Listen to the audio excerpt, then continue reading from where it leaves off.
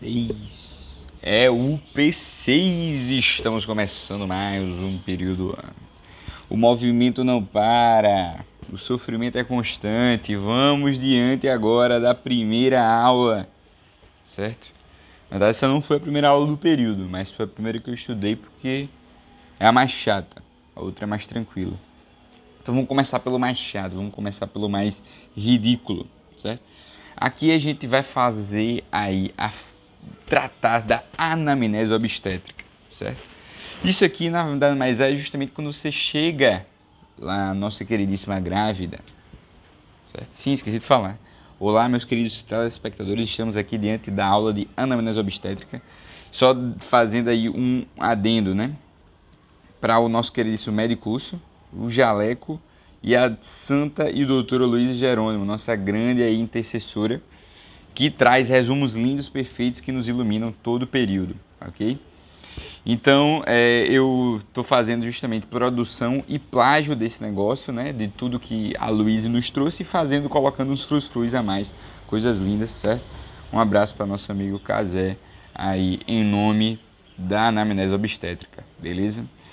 Entendido isso, vamos lá, vamos iniciar. Então chegou a nossa paciente no nosso ambulatório lá no HU, certo? Ela está grávida, vai entrar no processo de parto, o que é que a gente tem que entender? Vamos lá, vamos começar. Primeiramente, entender a sigla RN. RN quer dizer recém-nascido, muito simples, você consegue entender isso, já decorou para o resto da vida, certo? E você decorou também que é do 0 dia até o 28º dia de vida, certo? Então isso aí é um recém-nascido. O que é um recém-nascido? Qual indivíduo que sai da nossa queridíssima mulher, seja expulso, seja retirado, independentemente, esse ser, essa unidade, esta bênção, ela se caracteriza como um recém-nascido quando? Quando ela apresenta qualquer sinal de vida. Então, foi retirado da barriga da mulher, seja por expulsão, seja por cirurgia, qualquer das fontes, e apresente uma dessas 4 coisas, ou seja, apresente aqui na sequência, olha aqui, ó, pulmãozinho funcionando, ou seja, sinal de respiração. Ah, pode ser um gasp? Pode ser um gasp. Um gasp que é aquela respiração de morte, né? Aquela respiração caracterizada junto por ser os últimos sinais bulbares para tentar respirar, mas que já não é eficiente, é considerado uma parada respiratória, ela é considerada assim um sinal de vida. Então, se ele apresentou só gasp, está vivo, recém-nascido, beleza? Aqui, coração batendo, tem batimento cardíaco, recém-nascido. Tem cordão umbilical pulsando, recém-nascido. Tem movimento presente, né? Qualquer movimento, qualquer contração, qualquer flexão aí considerada efetiva. Então tudo isso é o que a gente chama de vida. Então ela é considerada assim. Se ele nasce com poucos sinais, com Apgar, que a gente vai ver o que é Apgar já já, lá embaixo, contudo, todavia, entretanto, eu não consigo reanimar esse indivíduo, então ele recebe uma certidão de nascimento e uma certidão de óbito, certo? Logo em seguida. Mas necessário uma certidão de nascimento porque foi nascido vivo, ok? O que é um ófio, né? Que no caso quando ele é colocado, quando ele é expulso do útero ou retirado do útero, ele se torna, portanto, um natimorto. Tudo isso, né, o óbito fetal intrauterino, ele vai se caracterizar justamente aí por aquele feto, justamente que morreu dentro do útero e que foi expulso ou retirado sem qualquer sinal de vida, certo? Então, isso independe, obviamente, da idade de gravidez, né? Então, se ele morreu dentro do útero, é considerado um ófio, óbito fetal intrauterino, essa é a sigla, né? E que dá origem, portanto, a um natimorto. Se ele morreu depois de ter sido expulso, aí, portanto, ele é um nascido vivo, porém com a morte neonatal, certo? Então, a lógica é essa. E falando em morte neonatal, a gente tem que entender o que é o período neonatal. Então, o período neonatal nada mais é do que aquele período que vai de 0 a 28 dias, certo? Onde está o recém-nascido. O período neonatal precoce é da primeira semana, então de 0 a 7 dias, né? O neonatal tardio é de 8 a 28 dias de vida, né? Então a lógica é essa. E por fim a gente tem um período perinatal, que vai ser justamente da 22ª semana de idade gestacional até justamente o nosso queridíssimo 7º dia de vida extrauterina. Então esse período perinatal, que pega da 22ª até o período neonatal precoce, então não pega o período neonatal todinho, ele também é um período muito importante porque é onde acontece a maior parte das infecções, certo? A gente vai citar isso aí. E também a gente tem um período pós-neonatal, que é também conhecido aí como o período lactente, segundo a professora, né? Mas eu não sei se é isso aí mesmo. Então ele vai do 29º dia até o primeiro ano de vida, beleza? Então essa é a sequência, vamos lá. Do 22º até o 7º dia de vida, nós temos o período perinatal. O período neonatal precoce é do nascimento até o 7º dia, período neonatal precoce. Do 7º dia até o 20º, do 7º dia não, do 8º até o 28º, nós temos o neonatal precoce, o neonatal tardio. E tudo isso é o período neonatal. E do 29º até o 1º, nós temos o período pós-neonatal, também conhecido como lactente. Por que isso é importante? Porque cada período tem sua doença, né? Então, a deficiência de membrana hialina, essa doença da membrana hialina, nada mais é do que uma doença do período neonatal precoce, né? Então, a doença adrenalina acontece do 0 ao 7. Do 8º ao 28º, nós temos como, por exemplo, aí a nossa queridíssima atresia das vias biliares. Elas são mais comuns na fase tardia, certo? Então, se o RN está lá com o seu 22º dia, você não vai suspeitar de uma doença de membrana hialina. Você vai pensar numa atresia de vias biliares, que ele não tem nenhuma sintomatologia parecida, mas é um exemplo, né? E por fim, as doenças perinatais, né, que englobam justamente o período ainda em que nós temos um feto, não um recém-nascido. E aí nós vamos ter a sigla TORCHES, que é importante a gente decorar. O que é a sigla TORCHES? Ela vem de toxoplasmose, outras doenças, rubéola, citomegalovírus e herpes, ok? E o que são essas outras doenças? São todas as doenças que provocam sofrimento fetal, certo? Nesse período, de 22º ao 7º dia.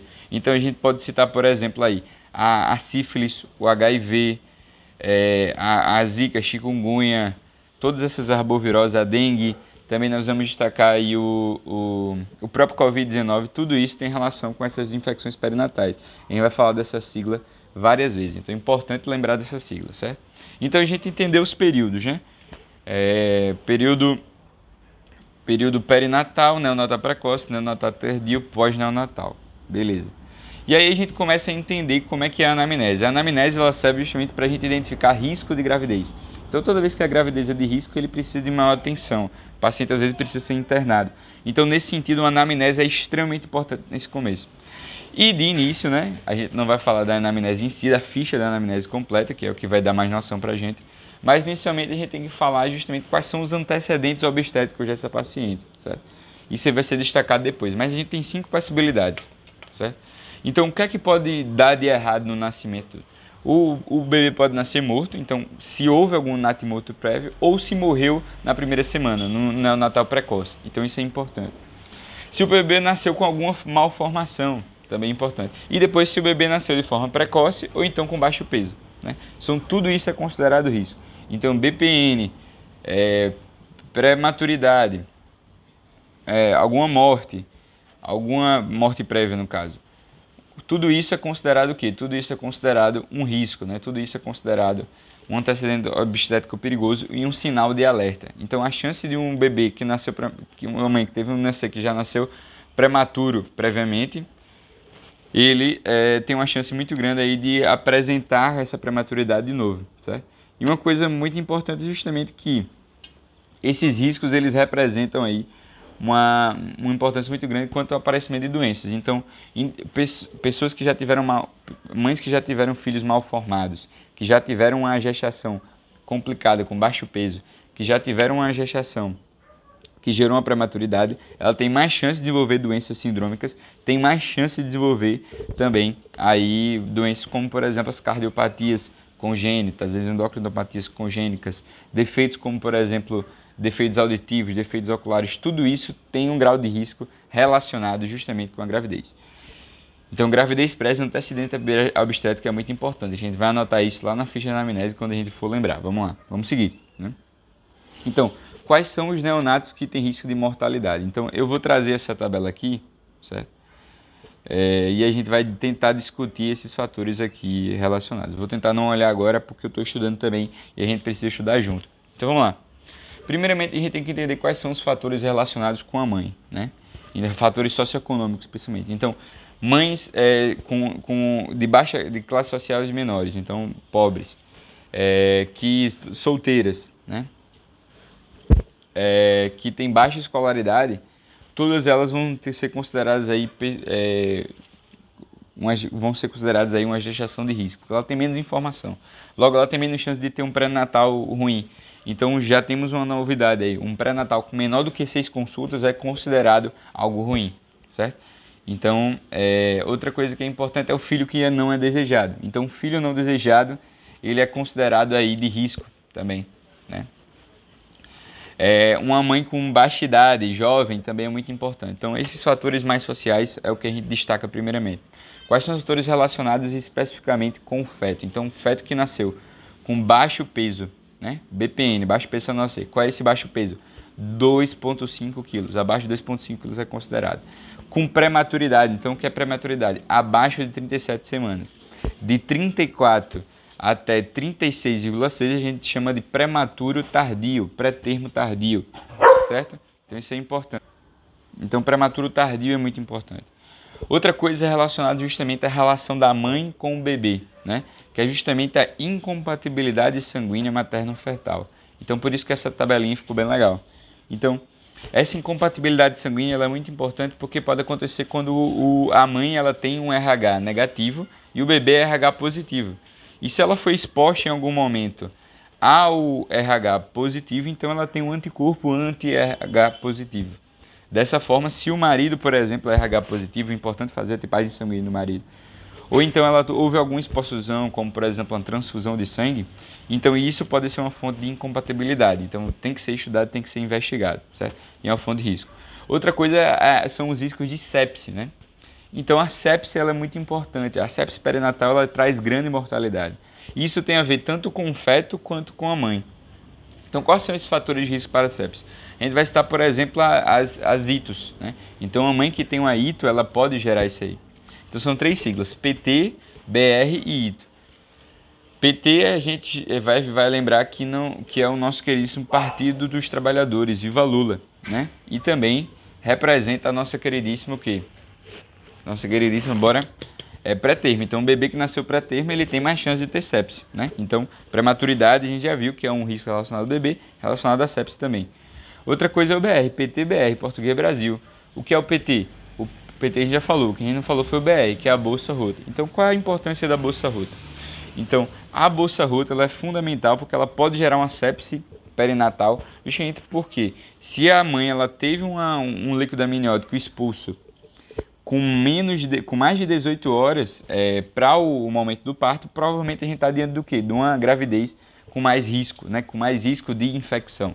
E essa infecção perinatória é perigosa, por isso toda vez que passa 18 horas eu tenho que fazer o quê?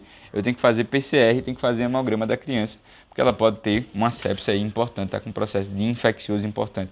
A gente tem que tratar com antibiótico o mais rápido possível. Então, bolsa rota, ITO, PT, tudo isso está relacionado. Outra coisa muito importante que está relacionada aí com a sepse, que é a questão da coriomionite, justamente aí essa infecção do corium, certo? Então tem que identificar a presença dessa infecção aí do corium como fonte aí de infecção do bebê e gerador de sepse. Por fim, qualquer amostra vaginal ou anal de Streptococcus de tipo B pode estar relacionada aí com o risco de choque séptico, certo? Então, choque séptico tem muita relação aí com isso aí. Então, essa é a nossa queridíssima sepse. Beleza? A gente já falou do pré-natal, a gente já falou da incompatibilidade sanguínea materno-fetal, baixo peso a nascer, prematuro, não desejado, pobre, todas essas características. Agora, doenças que são específicas da mãe, né? A gente tem que lembrar, por exemplo, aí da diabetes, né? Diabetes pode ser tanto mellitus, então uma mãe obesa com diabetes mellitus tipo 2, ou que desde a infância tem diabetes mellitus tipo 1, ou a própria diabetes gestacional, uma diabetes de longa latência, né? Então tudo isso pode ter uma relação aí com um risco, né? Por quê? Vamos tentar raciocinar. Então, essa explicação é até interessante. Então, a mãe ela tem diabetes. Logo, qual é a característica dela? Ela tem uma glicemia muito alta. O feto, obviamente, por compartilhar o sangue, vai ter uma glicemia muito alta também. E ele vai produzir grande quantidade de insulina, certo? Então, a partir do momento em que ocorre o parto e a mãe ela deixa e o indivíduo a mãe ela deixa de fornecer o sangue e ele passa a ter uma grande quantidade de insulina, qual o resultado? O resultado vai ser justamente aí uma queda brusca da insulina, podendo gerar uma hipoglicemia. um bebê que está com hipoglicemia, ele pode ter danos consideráveis aí a nível neurológico, né? Então ele pode te convulsionar, ele pode ter danos neurológicos assintomáticos. Então por isso que é essencial fazer a glicemia de hora do bebê. E essa glicemia de horário, ela deve ser medida, e toda vez que tem uma hipoglicemia, ela deve ser tratada imediatamente, com o objetivo de corrigir esse erro relacionado aí a uma mãe que já tem diabetes mellitus. Então por isso que é importante, certo?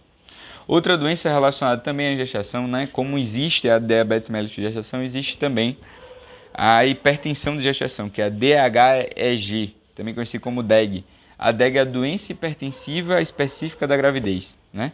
Então, a doença específica da gravidez, ela gera justamente o aumento da pressão sanguínea do feto. E o resultado vai ser o quê? O resultado vai ser simplesmente aí um sofrimento fetal. Então, pode provocar sofrimento fetal. Então, pense o seguinte, eu estou aumentando a quantidade de sangue, então posso gerar eclâmpsia, pré-eclâmpsia, posso gerar diminuição do líquido amniótico, certo? Justamente por conta do aumento de pressão. Pode gerar sofrimento fetal e pode também prejudicar o desenvolvimento. Então, o paciente, tanto por conta de diabetes, tanto por conta de hipertensão, ele pode ter baixo peso ao nascer, beleza? Então, tudo isso já tem relação com o outro. E, por fim, a ausência de sorologias de infecções perinatais, né? Ou infecções perinatais que possam ser tratadas. Então, principalmente aquelas doenças que são curáveis, que podem ser tratadas de início, como, por exemplo, HIV, como, por exemplo, sífilis, como, por exemplo, hepatite C, hepatite B. Tudo isso pode ser tratado e o feto pode não pegar essa doença. Então, a partir do momento que eu não tenho nenhuma dessas sorologias, né, principalmente no pré-natal, isso gera, portanto, um risco considerável, certo? Então, por isso que são esses fatores que a gente tem que destacar, ok? Então, vamos ver se a gente falou tudo, né? Então, a gente falou da pré-maturidade, menor do que 37 semanas, o baixo peso ao nascer de 2.500 kg, a baixa escolaridade, mãe adolescente, criança não desejada e baixo nível econômico, que são os fatores sociais. Um pré-natal incompleto abaixo de 6 consultas, muito importante, e tem relação justamente com os outros fatores socioeconômicos que levam a ter um pré-natal pequeno, certo? Então, risco para acesso, a gente esqueceu da febre materna. Então, toda mãe que tem febre, né? Inclusive você anota lá, quando chega no negócio, trabalho de parto para internação, mais febre. Então, febre materna é um fator que tem que ser anotado, certo? E isso pode identificar justamente o que? Uma contaminação perinatal, né? Uma infecção perinatal relacionada como, por exemplo, como bolsa rota. Então, aqui também, bolsa rota, o pré-termo, coriaminoide, coriamino, eu sempre esqueço esse nome, o AITO e a cultura positiva para Streptococcus do grupo B, certo? Então a gente entendeu por que a bolsa amniótica rota ela representa um risco, justamente porque, né, a gente vai ter uma criança exposta a trauma, infecção e principalmente a bactéria vaginal, que pode subir, pode ascender e aí contaminar a criança e as membranas amnióticas, né? O Streptococcus do grupo B, ele tem relacionado com choque séptico, né? Então qualquer sorologia, infecção que não é feita no pré-natal é risco, né? Então a gente tem HIV, sífilis, toxoplasmose, hepatite B, hepatite C, tudo isso é tratável, né? Incompatibilidade sanguínea materno-fetal, como a gente falou, e a diabetes materno, que está relacionada justamente à hipoglicemia no parto, macrosomia e dificuldade no parto. Então, uma coisa importante que a gente tem que destacar, né? O bebê, por ter justamente uma grande quantidade de insulina constante, né? Um alto nível de glicemia, ele pode nascer com macrosomia e pode ser do tipo GIG, né? Então ele pode ter mais do que 4 quilos. E por que isso acontece? Porque a insulina, como a gente conhece, é um hormônio que é um hormônio catabólico, né? Então ele faz justamente lipogênese, ele faz proteogênese, ele faz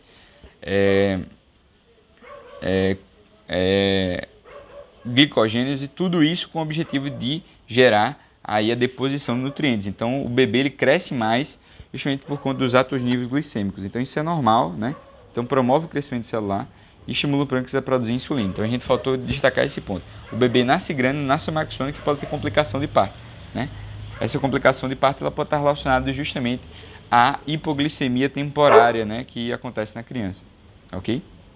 Então pode gerar convulsões ou pode ser assintomático, mas sequelas neurológicas são possíveis, né? Então dificuldades no parto são normais aí, mas devem ser tratadas de forma justamente fazer a glicemia capilar de horário, né? Então importante aí fazer essa glicemia com o objetivo de entender. E por fim a DEG, como a gente falou, né? Retardo no crescimento uterino, gerando baixo peso ao nascer. O líquido amniótico é reduzido, o famoso oligoâmnio, né? Pré-eclâmpsia, eclâmpsia e o sofrimento fetal agudo. Deu para entender? Essas são as características. Lembrar dessa tabelinha que ajuda. Obviamente nem sempre é tão fácil lembrar de tudo, mas a gente consegue ter uma noção boa, né? Um pouquinho de epidemiologia, mais para a gente ter noção. Então, só para a gente ter uma noção basicamente, então a gente falou que o pré-termo é abaixo de 37 semanas, de 30 a 36 semanas é o pré-termo, e aí a gente tem a ideia do pós-termo, né? Então, a prevalência é consideravelmente baixa, né? Mas uma coisa que é importante é que o pós-termo ele tem mais baixa ainda. Por que o pós-termo não é tão comum? Porque existe um protocolo de indução do parto a partir de 41 semanas, né? Porque a partir de 41 a gente começa a gerar risco para o feto. Então por isso que 46 semanas, 42 semanas ou mais é pouco presente. Uma coisa importantíssima é a gente entender que a taxa de baixo peso ao nascer ela tem muita relação com o nível de prematuridade. No entanto, note que é um pouco maior. Isso quer dizer o quê? Quer dizer que existem prematuros não, que existem bebês nascidos a termo que não apresentam aí um peso ideal. Então pode ter um baixo peso a nascer relacionado justamente com prematuridade. Um exemplo disso é justamente o paciente que tem DEG, o paciente que tem DEG principalmente, né, ou que tem outras condições que acabam gerando esse problema, beleza? Então, como a gente já viu, a doença hipertensiva específica da gravidez pode gerar baixo peso ao nascer, beleza? A prematuridade, obviamente, também. E aí a gente tem que destacar também o risco na gestação. Então, tratar o paciente, a paciente gestante, é um pouco mais complicado, porque justamente existem alguns medicamentos que elas não podem tomar. Um grande exemplo é o AINE, né? O AINE não pode ser indicado, não pode ser prescrito, única e exclusivamente porque ele provoca justamente aí um risco maior de teratogenia, né? Já que ele pode fechar o canal arterial do feto, né? Gerando óbito fetal. Então o dano é consideravelmente alto e a gente tem a classificação da FDA dividindo justamente em categoria A, B, C, D, e tudo isso deve ser considerado, né? Então aqui a gente pode falar, por exemplo, da lidocaína, esse anestésico que não pode ser dado, é categoria B. Na verdade pode ser prescrito, mas prescrito com cuidado. Na categoria C ela tem que ser prescrita avaliando o risco custo-benefício, né? Então geralmente não compensa dar um AS, que você pode gerar um dano fetal, se fechar o canal arterial e matar o bebê, se você pode aí fornecer outra fonte, né? A codeína também, que é um anestésico. Esses anticonvulsivantes também são muito importantes. Aí, categoria D não deve ser prescrita apenas quando é extremamente necessária a saúde da mulher. E aí o diazepam, a amitriptilina, que também é um anticonvulsivante e também é utilizado no tratamento de enxaqueca, né? Tudo isso deve ser fornecido e deve ser anotado em relação ao tratamento, e justamente com a conversa entre os especialistas deve ser determinado qual medicamento deve ser usado. Então você pode ir lá na isca da FDA e lá você consegue com tranquilidade dizer o que deve ser utilizado ou não. Então, existe medicamento teratogênico, a gente tem que sempre fazer um peso, né? Sempre informar a mulher que até um chazinho pode gerar problemas aí para o bebê, justamente porque o chá vem de plantas, e plantas são a fonte de boa parte dos medicamentos, né? Então, por isso que é importante a gente fazer esse contato, né? Então, só destacando isso, o A, o B, o C, o D e o X, né? O A justamente é quando você não tem... Os estudos disseram que não tem dano, né? Então, estudo controlado não gerou dano nem na mulher, nem em mulheres, nem em animais. No B, quando você não tem estudo em mulheres grávidas, mas você tem estudo em animais que tem algum certo grau, né? Algum efeito adverso. Então, a prescrição é liberada. É o caso, por exemplo, aqui do ciclominofeno, acetaminofeno. E aí também a gente tem justamente alguns estudos em animais que geram algum dano, mas você não tem estudo controlado em mulher. E aí ele vai para a categoria C. É o exemplo do AS. Quando você já tem estudo em mulheres gerando risco para o feto, a gente já vai dar na categoria D. Quando você tem exemplos em animais e humanos que geram anormalidades fetais, é a categoria X, como por exemplo a taladomida, né? E aqui, por exemplo, o diazepam. Então, tudo isso aqui é prescrição proibida só em último caso, em extremo caso. Então, essa é a característica importante. Falando justamente em outros índices, a gente tem que falar da SAFA, a Síndrome Alcoólica Fetal. O que é a Síndrome Alcoólica Fetal? É justamente por conta do consumo etílico na gestação.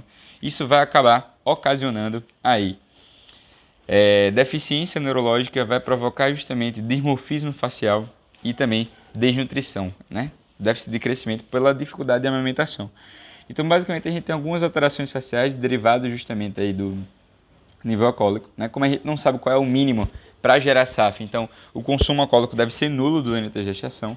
E aí a gente tem algumas alterações, como por exemplo, faces planas, redução do nariz, microcefalia, retiração desse suco que eu esqueci o nome, prega, alguma prega epicântica, né? Então essas características de dimorfismos faciais que não são tão graves, mas o que são graves são os defeitos neurológicos que podem acontecer, inclusive aí dificuldade de sucção, né? O paciente ele pode ter dificuldade de sucção, gera problema na amamentação, justamente por conta dessas alterações faciais. Ele pode gerar o pistótono, né? Na criança, então um defeito neurológico muito grave gerado justamente pelo tétano, então aí o pistótono pode acontecer. E também irritabilidade e excitabilidade excessiva nesse paciente que não para de chorar, nesse pirralho que não para de chorar. Além também de cardiopatias congênitas. Então, até 50% dos pacientes com SAF podem ter justamente aí cardiopatia congênita. Então, todas essas alterações são possíveis. Então, defeitos neurológicos, dimorfismo facial, excitabilidade, irritabilidade, cardiopatia congênita, e dificuldade de sucção e amamentação, que pode gerar, inclusive, desnutrição. Então, são vários elementos da síndrome aguda fetal, né? Síndrome alcoólica fetal, e aí, por isso que a recomendação é 0, né? E aí a gente vai para a ficha da anamnese. Então, só relembrando o que a gente teve agora. A gente viu que a gente tem que analisar no histórico obstétrico da paciente, então aquelas 5 perguntas, nato morto, malformação, morte no neonato precoce, prematuridade, BPN, tudo isso é importante, né? Então, histórico obstétrico. A gente viu que existem alguns medicamentos que devem ser anotados e devem ser trocados para a paciente que está grávida. A gente tem também aí os fatores de risco, né, para o neonato, que a gente viu que são diversos, né? A gente viu aquele gráficozinho legal, então relacionados à mãe, relacionados como por exemplo a diabetes, como a DEG, risco de sepse, a não sorologia, né? A gente viu também a síndrome alcoólica fetal, né, a famosa SAF, que a gente acabou de ver, que está relacionado ao nível alcoólico, então a recomendação é não etilismo. E aí a gente viu também a epidemiologia, que não é tão relevante aqui agora, mas a gente teve uma noção boa. Então, basicamente, vamos falar agora da ficha da anamnese, né? Então, para aprender a anamnese, é bom decorar, entre aspas, essa ficha aqui do HU, né? Ela dá uma noção boa do que a gente tem que ter. Então, basicamente, ela vai ser dividida em identificação, certo? Os antecedentes pessoais, que basicamente é um antecedente patológico naquela normal. O antecedente obstétrico, que parece muito com o que a gente já tratou aqui, né? Algumas datas importantes, que aí no caso vão ser características do pré-natal. Então, quantos consultas foram feitos de pré-natal, se teve o uso de algum medicamento abortivo, as sorologias que são feitas na admissão, no pré-natal e a tipagem sanguínea. Também algumas patologias que são feitas no momento da internação, características da internação, né? Então, motivo da internação, alguma intercorrência que tenha acontecido, características do parto, então características gerais do parto são importantes, características da bolsa amniótica, do cordão umbilical, característica do hospital médico da família, então se foi feita a amamentação na primeira hora, se foi feito contato pela pele, etc. E também aí características do processo de reanimação e o exame físico. Então, isso é o que vai estar aqui esboçado de maneira bem rápida e a gente vai ver cada um. Então, primeiramente falando da identificação, né? Então, a identificação ela é basicamente dividida em quê? Então, a gente vai botar nome, vai colocar aí o sexo, vai colocar a cor. E o que é importante aqui? Identificar a idade. Então, mulheres jovens já são consideradas aí, já tem risco de mortalidade. Mulheres solteiras também, justamente porque tem menor apoio familiar. E como a gente viu também, mulheres com baixa escolaridade e baixa renda, né? Então tudo isso é importante que seja colocado na identificação. Só de início aí para ser destacado, como a gente já viu, certo? Outra coisa importante são os antecedentes pessoais. Então esses antecedentes pessoais basicamente são todas as doenças e condições relevantes prévias que tenham poder aqui de influenciar e gerar risco nessa paciente. Então, doenças importantes como HAS, né, que nem sempre a hipertensão está relacionada à doença hipertensiva específica da gravidez. E a doença diabetes mellitus, nem sempre a diabetes gestacional. Então, tudo isso é importante ser anotado aqui, né? Então, se o paciente apresenta convulsões, né? Então, importante a convulsão. Qual medicamento está usando? A gente anota aqui também, né? Qual medicamento está usando? Porque um anticonvulsivo, ele pode gerar, portanto, aí lesão. Então, a gente tem que anotar o medicamento, né? Então, a gente viu lá que a amitriptilina é para tratamento de convulsão, mas que a gente não pode aí utilizar porque ele é categoria D, aí de acordo com a FDA. Então é importante, né? Outra coisa são os AINES, né? Então os pacientes têm AINES. E aí outras características importantes, outras patologias importantes que vêm no caso, como por exemplo as endocrinopatias. Então um paciente que tem hipertireoidismo e trata com um medicamento para hipertireoidismo, ele pode gerar um hipotireoidismo relativo no paciente. Também a gente tem a questão da endocrinopatias, coagulopatias. Então a gente sabe que a gravidez é um estado de hipercoagulopatia, né? Então a gente não pode deixar que essa grávida ela fique com essa hipercoagulabilidade quando ela vai entrar no estado de hipercoagulopatia. Então tem que tratar a trombofilia dela durante a gravidez, certo? Doenças como, por exemplo, infecciosas como HIV, então todas as toxes vão entrar aqui, certo? E aí também processos de tubos de coagulação, os medicamentos, né, que são utilizados. E aí também nós vamos ter ocorrências prévias. Então cirurgias são importantes, né, como cirurgia, por exemplo, do mioma, beleza? Cirurgia que pode gerar risco, remoção do mioma. Também cirurgia como e também transfusões, por exemplo, como, por exemplo, transfusão de sangue, que vai acabar, portanto, podendo sensibilizar ela no RH oposto, né? Outra coisa importante são o consumo, né? Então, o consumo de droga, por exemplo, se usar de crack ou utilizar de cocaína, pode apresentar risco considerável. Tabagismo também, riscos fenomenais aí para o bebê, né? Muito fortes. E também o etilismo, como a gente viu, a síndrome alcoólica fetal, dimorfismo facial, distúrbio neurológico, déficit de crescimento, dificuldade de alimentação, dificuldade de sucção, cardiopatias congênitas, hiperreatividade, hiperexcitabilidade. Tudo isso tem relação com o nosso queridíssimo SAF, né? Então esses são os antecedentes pessoais. Toda doença e condição prévia que deve ser anotada, né? Então a gente falou da DM, né? Paciente com epilepsia é muito importante. Distúrbios psiquiátricos também são fundamentais. Então os pacientes depressivos, se tem ansiedade, se tomam um anti-esquizofrênico, tudo isso, um antipsicótico no caso, né? Tudo isso tem que ser tratado, beleza? Tudo tem que ser tratado e anotado porque pode haver necessidade de mudança no medicamento. Outra coisa importante são as doenças prevalentes e relevantes, né? Como a gente falou, as convulsões, HS, convulsões, cardiopatias, coagulopatias, endocrinopatias, tudo isso tem relação. Então, os pacientes já têm uma cardiopatia, o bebê pode vir com cardiopatia congênita, então é fundamental anotar isso aí. As cirurgias de transfusões também e o consumo de substâncias. Então, a gente vê esses antecedentes patológicos ou pessoais. E aqui a gente vai ter agora os antecedentes obstétricos, né? Esses antecedentes obstétricos, eles incluem o quê? Justamente as gestações prévias. Então você vai colocar o GPA, né? Que é gestação, partos e abortos, né? Tudo isso é importante de anotar, beleza? Então, quantas gestações feitas, quantos partos foram presentes e quantos abortos. Se algum bebê nasceu natimorto, como a gente viu, é importante, né? Aí aqui a gente não anota se morreu com uma semana, mas a gente anota também quantos foram vaginais e quantos foram cesáreos, né? Justamente por saber se houve cirurgia prévia já. Então, fundamental fazer a anotação, certo? Outra coisa importante então, natimorto.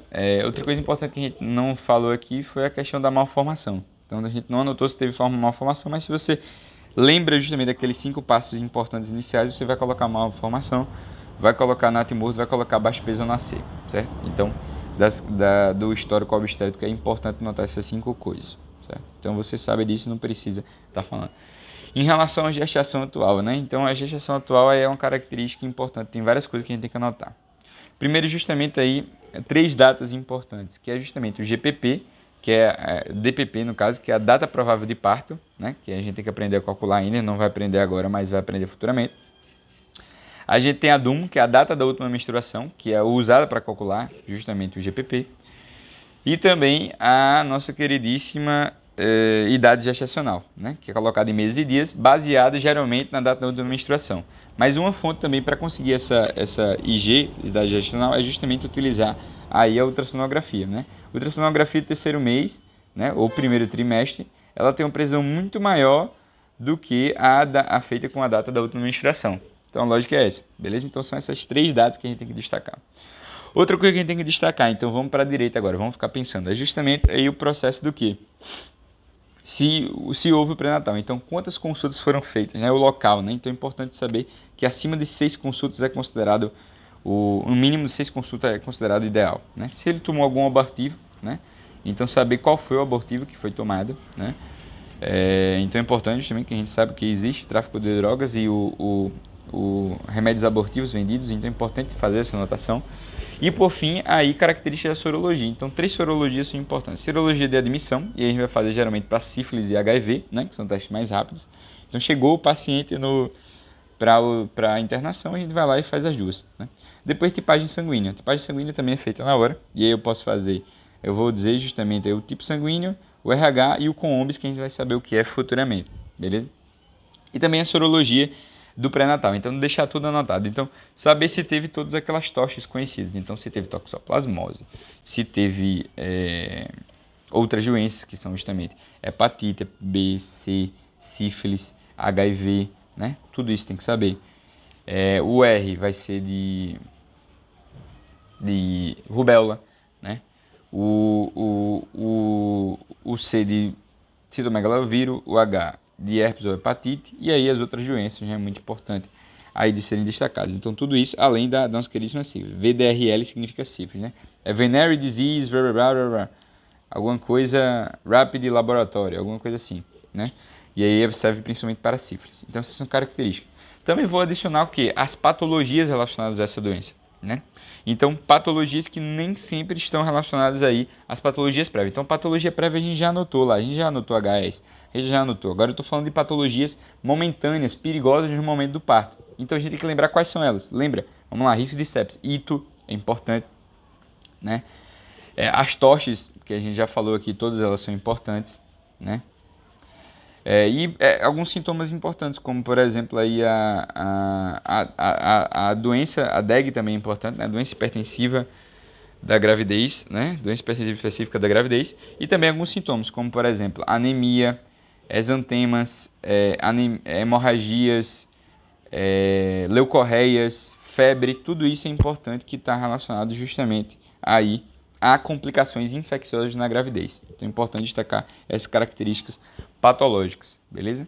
Depois a gente anota as outras patologias colocadas no momento. Então aqui eu posso botar a DHE, eu posso botar diabetes mellitus 2, eu posso botar aqui esquizofrenia, por exemplo, e outros exames como por exemplo aqui sei lá, vamos imaginar que ele fez uma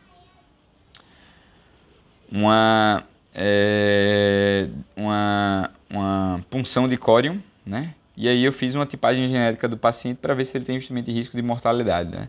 Então é importante destacar isso aí. Então basicamente é isso. As 3 datas que a gente falou, né? A importância do SG do primeiro trimestre, beleza? O uso de medicamentos abortivos, como por exemplo o misoprostol. A gente tem aí as informações sorológicas, como por exemplo o VDR, o HIV. Sim, importante. Se o HIV der positivo, a gente tem justamente um protocolo para fazer o tratamento para evitar a transmissão vertical desse HIV para a criança. Também a gente tem a tipagem sanguínea, né? Importantíssima. E aí as sorologias para esses tipos. Então, basicamente, são essas características, beleza? A gente tem que ver se justamente as doenças elas foram tratadas e se há outras doenças presentes. Então, pulsão de validade coriônica para determinação genética. É outro exame que a gente pode botar. Então, outros exames que estão presentes de outras patologias são fundamentais. Mas agora, na gestação atual, a gente tem que fazer justamente as doenças da patologia, né? Então, basicamente a lógica é essa. E o TORCHES aqui, muito importante, né? Que são essas doenças o quê? Essas doenças perinatais. Então, basicamente, são doenças, patologias relacionadas à própria gestação. Então, são da gestação atual. E não mais genéricas como essa aqui, né? De antecedentes. Então, deu para entender a lógica, né? Por isso que a gente vê ITO, por isso que a gente vê DEG, por isso que a gente vê TORCHES, por isso que a gente vê os sinais e sintomas lá, aqueles 5 que eu citei. Beleza? Então, basicamente, essa é a lógica da gestação atual. Depois é internamento atual. No internamento atual, eu vou colocar o quê? Eu vou colocar a causa do internamento atual, vou colocar alguma intercorrência, a indicação é alguma intercorrência. Então, data, obviamente, é importante. Então, vou botar aqui, por exemplo, trabalho de parto mais febre. Trabalho de parto mais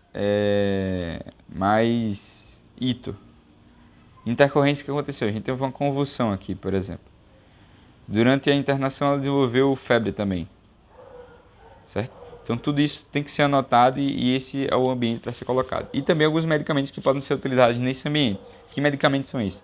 São os antibióticos, o sulfato de magnésio e também o corticoide. Para que serve? Antibiótico para tratar as infecções, né?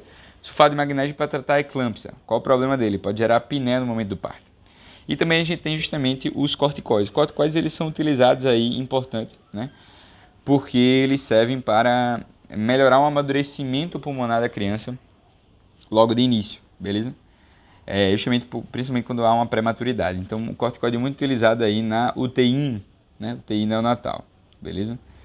Outra coisa fundamental é justamente os dados do nascimento. Então, a gente tem que fazer as informações iniciais aí do nascimento do bebê, né? Então, a data, qual foi o sexo, qual foi a hora, qual foi o tipo do parto, se foi parto cesáreo, se foi vaginal, né? Qual foi a indicação cirúrgica, se houve cirurgia, qual foi a anestesia, se for RAC, se foi geral, se foi peri, qual foi o tipo de apresentação, se foi cefálica, se foi pélvica, se foi córmica, né, que é o nome. Então tudo isso tem que ser anotado inicialmente, né? Outra coisa importante apresentação aqui, ó. Então tudo isso tem que ser colocado inicialmente, né? Outra coisa importante, que é a questão do quê? A questão das características do parto, né? Então as características do parto são fundamentais, né? Características anatômicas, né? Então basicamente a gente vai lembrar do cordão umbilical, a gente vai lembrar da bolsa amniótica, a gente vai lembrar do cordão umbilical e da bolsa amniótica principalmente, né? Então o cordão umbilical, a gente tem que ver quais são as características, né? Vamos imaginar, o cordão umbilical ele pode estar lá, ele pode ser curto, ele pode ser circular, ou seja, pode estar envolto vários nós na cabeça da criança, né? Isso aí pode gerar uma cianose. Então, nem sempre uma cianose perinatal significa uma cardiopatia congênita. Pode ser simplesmente um circular de cordão, né? Também a gente pode ter nó no próprio cordão, ok? Esse cordão é importante ver se ele também tem duas artérias e uma veia, né? Isso é importante porque justamente essa anatomia ela indica que há irrigação para todas as regiões, né? Se não, o que é que pode acontecer? A gente pode estar dentro de uma artéria só, né? E essa artéria ela vai justamente se caracterizar pela ausência de artéria para o abdômen, certo? Ausência de artéria renal. Então, tudo isso exige justamente a realização de um SG abdominal antes, né? Desse tipo. Então, por isso que a gente é importante falar das características da nossa queridíssima membrana, né? Então, da nossa queridíssima cordão umbilical. Qual outra região, né? É o líquido amniótico. O líquido amniótico ele pode apresentar de várias cores, né? Ele pode apresentar claro, né? Quando ele se apresenta claro, quer dizer que é normal. Ele pode apresentar claro com grumos, né? Isso quer dizer que é normal também e ele está mais maduro. Ele pode apresentar sanguinolento, quer dizer que houve justamente uma placenta prévia, um rompimento, um descolamento de placenta, ou então algum trauma, né? Que gerou descolamento de placenta. Também ele pode se apresentar meconial, né? O meconial ele se caracteriza justamente pelo quê? Justamente ele indica sofrimento fetal. Na verdade, o mecônio ele é toda a estrutura que é secretada pela criança, né? As primeiras fezes do bebê, derivado justamente do consumo do líquido amniótico, beleza? Então, se ele apresenta meconial, quer dizer que houve sofrimento fetal, houve expelimento de fezes justamente durante esse ambiente, né? Então, meconial, claro, com grumos, sanguinolento, e também ele pode apresentar fétido, né? Se ele apresentar fétido, que é justamente que provavelmente aconteceu uma infecção, né? Outras opções justamente ele vir em muita quantidade, né? Que é justamente isso aqui caracteriza justamente que houve algum problema, como por exemplo uma atresia de esôfago, ou então ele pode ter aí um oligoâmnio, né? Que aí é menos, e aí ele pode identificar uma atresia não de esôfago, mas uma atresia renal, né? Não desenvolvimento renal. Então por isso que é importante a gente destacar esses pontos, né? Outra coisa fundamental é a gente entender o líquido amniótico, entender o cordão e entender aí também as membranas, né?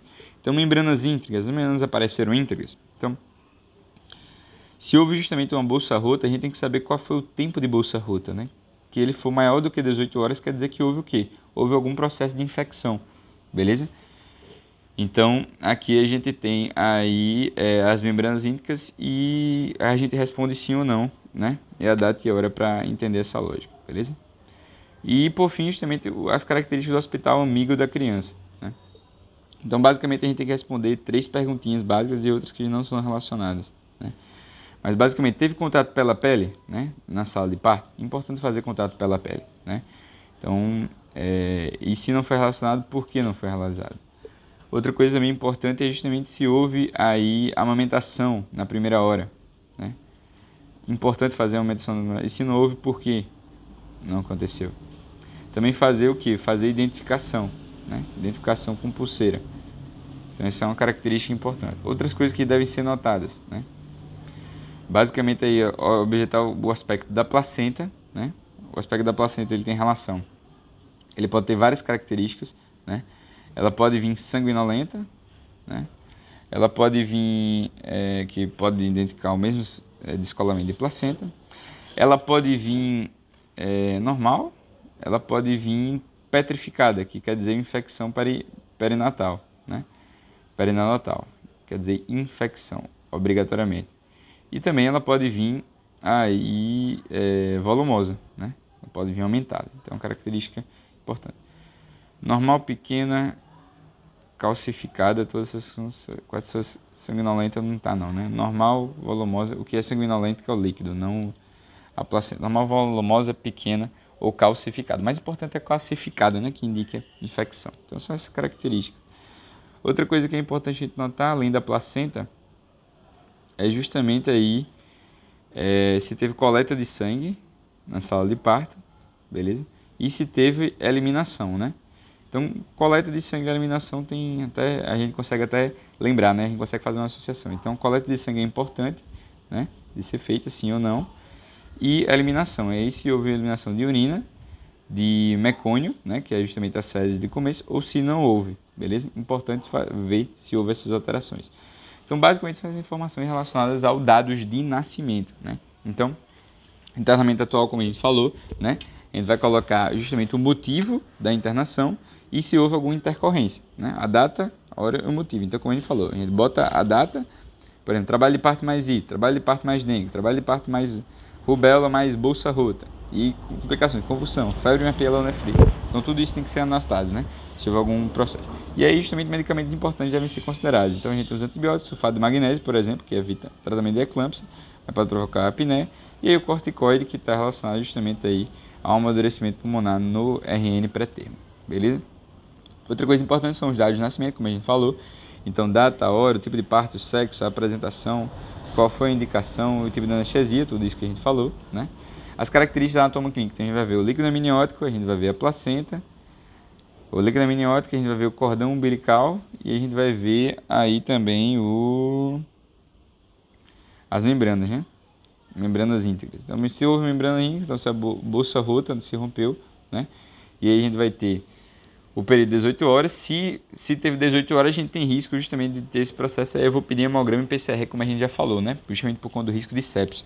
Eu peço hemograma e PCR para o meu feto, né? Aqui, ó. O parto encapsulado, né? Então, bem interessante isso aqui. E aqui a gente tem um cordão umbilical, que pode vir um com dois, né? Que a gente indica malformação renal abdominal, circular, né? Que aí nem sempre a cianose indica uma cardiopatia, pode ser simplesmente um circular de cordão, beleza? E pode vir curto também.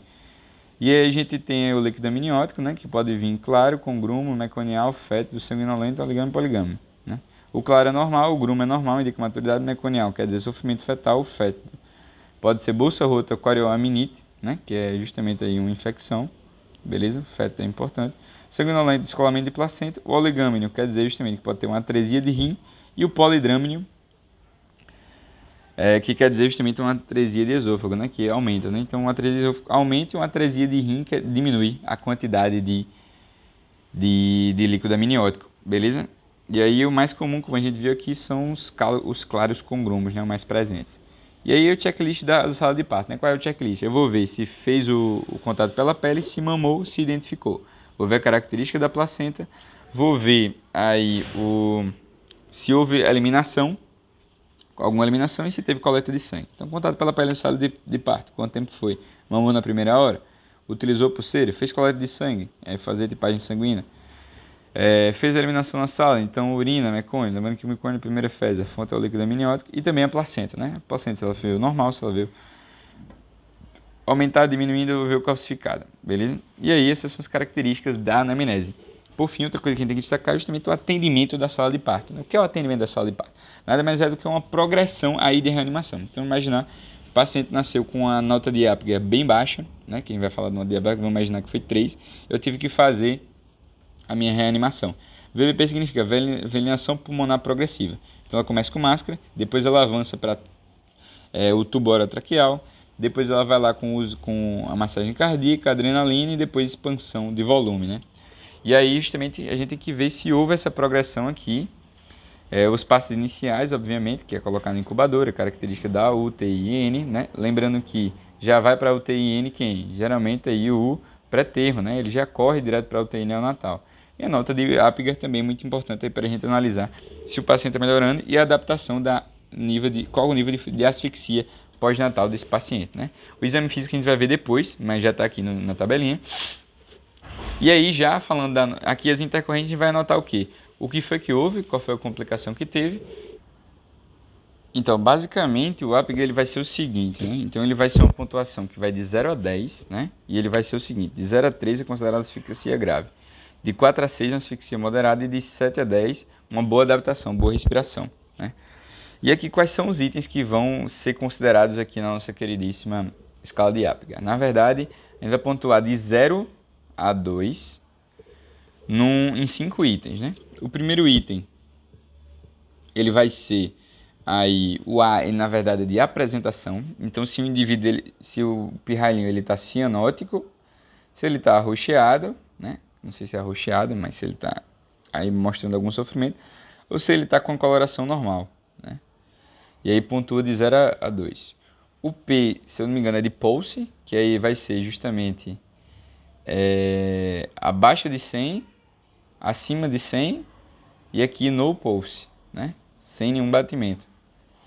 Aí o G eu não lembro exatamente, mas o que significa, mas é justamente aí a reação, né? Então se a criança não apresenta nenhuma espécie de reação facial, né? Ela pontua 0. Se ela apresenta uma irritabilidade mínima, então ela pontua 1, né? Então mexe a boca, mexe o rosto. E o 3 é se ela apresenta uma boa, né? Que aí no caso vai ser o espirro, principalmente, é o melhor exemplo aí de reatividade. Outra é justamente um movimento, o chamado movimento efetivo, né? Movimentação efetiva, que está relacionado justamente à motricidade. Então, se ele tem justamente uma flacidez total, ele pontua 0. Se ele tem justamente algum movimento de extremidade mínima, então a mão está mexendo, o dedinho está mexendo, então ele pontua 1. Se ele tem uma motilidade normal, ele pontua 2. Beleza? E para finalizar, aí está faltando o R, que é de... Eu esqueci o R, mas vamos ver aqui. De respiração, exatamente. Se ela não está acontecendo, é 0. Se ela está irregular, é 1. Se ela está regular, é 2. Beleza? Então, basicamente, deixa eu ver. Cor da pele, roxinho, vermelhinho, feliz. Aí 0 menos que 100 ou 100.